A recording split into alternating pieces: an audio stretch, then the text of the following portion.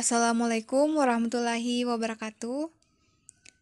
Sebelumnya, pasti kita pernah mendengar pepatah, tak kenal maka tak sayang. Jadi, mari kita perkenalan dulu.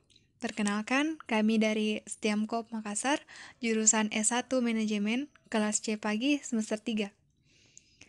Baik, kami akan menjelaskan tentang tugas kami, yaitu metode harga pokok pesanan.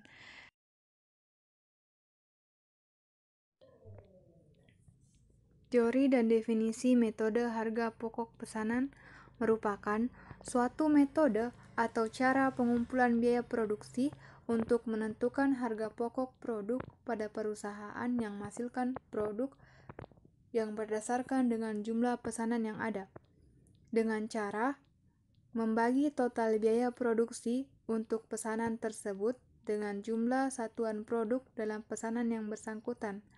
Artinya, jumlah biaya produksi sangat bergantung dengan jumlah pesanan yang ada.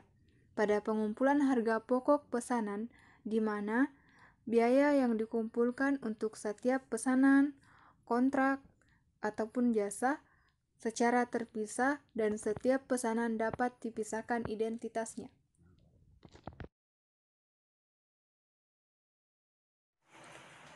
Ya, baik. Terima kasih kepada Saudari Indri. Sekarang saya akan menjelaskan manfaat dan tujuan harga pokok pesanan. Manfaat yang pertama, menentukan harga jual yang akan dibebankan kepada pemesan. Maksudnya, harga jual yang dibebankan kepada pemesan sangat ditentukan oleh besarnya biaya produksi yang akan dikeluarkan untuk memproduksi pesanan tertentu. Yang kedua, mempertimbangkan penerimaan atau penolakan pesanan. Informasi total harga pokok pesanan memberikan dasar perlindungan bagi manajemen agar di dalam menerima pesanan perusahaan tidak mengalami kerugian. Yang ketiga, memantau realisasi biaya produksi. Informasi taksiran biaya produksi pesanan tertentu dapat dimanfaatkan sebagai salah satu dasar untuk menetapkan harga jual yang akan dibebankan kepada pemesan. Yang keempat, menghitung laba atau rugi bruto tiap pesanan. Untuk mengetahui apakah pesanan tertentu mampu menghasilkan laba bruto atau mengakibatkan rugi bruto, manajemen memerlukan informasi biaya produksi yang telah dikeluarkan untuk memproduksi pesanan tertentu. Yang kelima, menentukan harga pokok persediaan produk jadi dan produk dalam proses yang disajikan dalam neraca. Pada saat manajemen dituntut untuk membuat pertanggungjawaban keuangan periodik, manajemen harus menyajikan laporan keuangan berupa neraca dan laporan laba rugi. Tujuan dari harga pokok pesanan yaitu menentukan harga pokok produk masing-masing pesanan, baik secara keseluruhan dari setiap pesanan atau persatuan. Metode ini menghitung biaya-biaya produksi dari pesanan tertentu yang dikumpulkan dan kemudian kalkulasi harga pokok produksi persatuan dihitung dengan cara membagi total biaya produksi untuk pesanan tersebut. Di sini saya akan menjelaskan bagaimana pencatatan akuntansi atau sering disebut penjurnalan dalam harga pokok pesanan. Kita sebelumnya sudah tahu bahwa akuntansi tidak akan lari jauh yang namanya penjurnalan. Jadi yang pertama saya akan menjelaskan akuntansi biaya bahan baku dalam harga pokok pesanan. Pada jurnal yang pertama, di sini ada pada saat pembelian. Kita ketahui bahwa untuk mempersiapkan bahan baku dalam pembuatan, yaitu contohnya seperti perusahaan mebel. Nah, pada perusahaan mebel, bahan bakunya berarti kayu. Waktu menyiapkan bahan baku berarti kita membeli. Jadi ketika kita membeli bahan baku berarti jurnalnya yaitu persediaan bahan baku pada debit. Dan apabila kita membelinya secara kredit berarti itu termasuk utang usaha atau utang usaha pada kredit. Dan juga bila kita membayarnya secara kas atau tunai juga masuk pada kredit, karena itu merupakan pengeluaran. Jurnal selanjutnya masih pada biaya bahan baku, yaitu pada saat terjadi retur pembelian. Maksud dari retur pembelian itu, apabila barang yang telah dikirim penjual kepada pihak pembeli dan barang yang dibeli tidak sesuai dengan spesifik atau wujud yang sudah ditetapkan atau barang yang dikirim rusak, maka pembeli dapat mengembalikannya dengan retur pembelian. Jadi barang yang sebelumnya kita beli secara kredit atau utang bisa menjadi berkurang. Maka penjurnalan pada saat terjadinya retur pembelian yaitu utang pada debit dan persediaan bahan baku pada kredit. Jurnal yang terakhir pada biaya bahan baku yaitu pada saat pemakaian. Maksud dari jurnal pada saat pemakaian itu ketika dipakai bahan baku persiapan yang banyak tadi yang sebelumnya kita beli itu akan menjadi berkurang, maka persediaan bahan baku sebelumnya akan berubah menjadi BDP biaya bahan baku dan biaya bahan baku pada debit dan persediaan bahan baku pada kredit. Yang kedua yaitu akuntansi biaya tenaga kerja. Pasti dalam perusahaan ada yang namanya karyawan. Jadi kita juga harus tahu bagaimana pengeluaran dan pemasukan untuk membayar gaji karyawan. Ketika kita membayar gaji karyawan selama 1 bulan bekerja, maka utang gaji dan upah masuk pada debit, maka kas pada kredit. Mengapa kas pada kredit? Karena di sini kita membayar, jadi kas berkurang. Jadi utangnya juga ikut berkurang karena dibayar. Lalu setelah kita membayar gaji karyawan, pasti mereka akan melanjutkan pekerjaan. Jadi kita masih memakai tenaga mereka. Jadi perlakuannya untuk biaya tenaga kerja, maka jurnalnya BDP biaya tenaga kerja pada debit dan gaji dan upah pada kredit. Dan yang terakhir adalah akuntansi biaya overhead pabrik. Overhead juga ada 2 jenis. Ada overhead yang dibebankan dan overhead yang sesungguhnya. Pada harga pokok pesanan overheadnya itu ada sebagian yang sulit ditentukan di awal. Ada beberapa bagian yang tergolong dalam overhead itu biasa ditentukan di akhir periode. Misalnya kita mengambil contoh biaya listrik. Nah, biaya listrik itu kan masuk pada overhead. Sedangkan biaya listrik itu umumnya kita dapat tagihannya itu di akhir periode. Sedangkan pesanan kita itu bisa saja diambil di awal periode atau di tengah. Nah, untuk menyosotinya, maka kita akan menggunakan yang namanya overhead yang dibebankan. Caranya kita menggunakan tarif. Untuk menyosotinya, maka kita akan menggunakan yang namanya overhead yang dibebankan. Caranya kita menggunakan tarif. Dan biasanya berapa? Maka jurnalnya adalah BDP biaya overhead pabrik pada debit dan BOP yang dibebankan pada kredit. Selanjutnya, kalau ada overhead yang kita catat, itu kita bisa menggunakan overhead yang sesungguhnya. Jurnalnya adalah BOP yang sesungguhnya masuk pada debit dan berbagai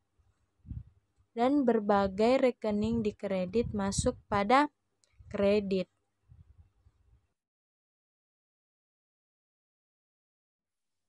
Baiklah teman-teman, kita lanjut ke contoh soal, yaitu Boitikus Corp merupakan perusahaan yang memproduksi pakaian berdasarkan pesanan pelanggan. Pada periode ini, terdapat 3 pesanan, yaitu pesanan dengan nomor X01, X02, dan X03. Kartu pesanan memberikan informasi sebagai berikut.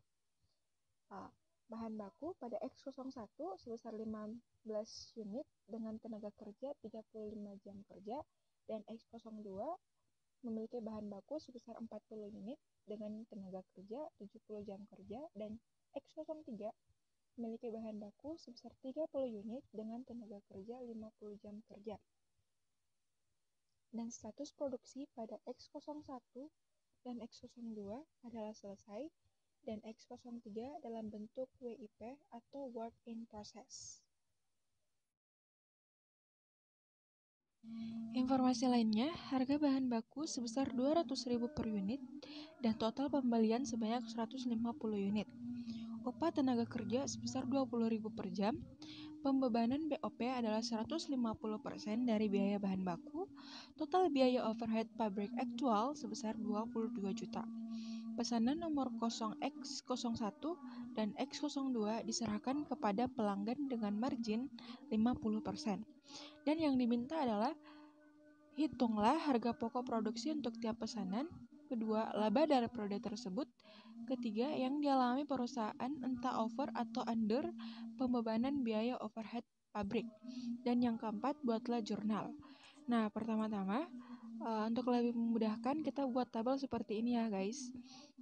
Nah, 3 juta ini dapat dari unit bahan baku dikali dengan harga bahan baku.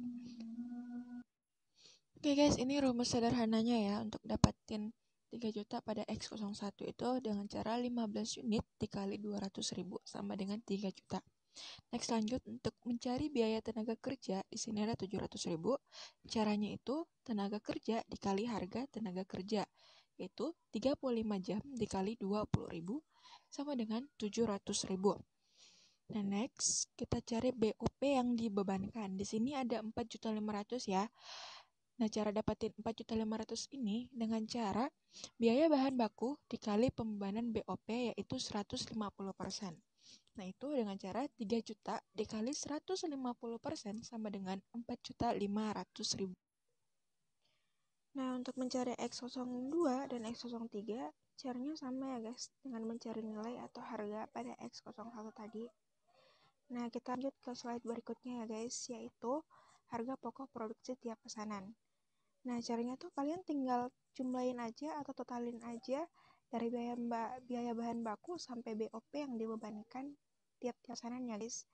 Nah, di sini pesanan X01 totalnya 8.200.000, X02 21.400.000 dan X03 16 juta.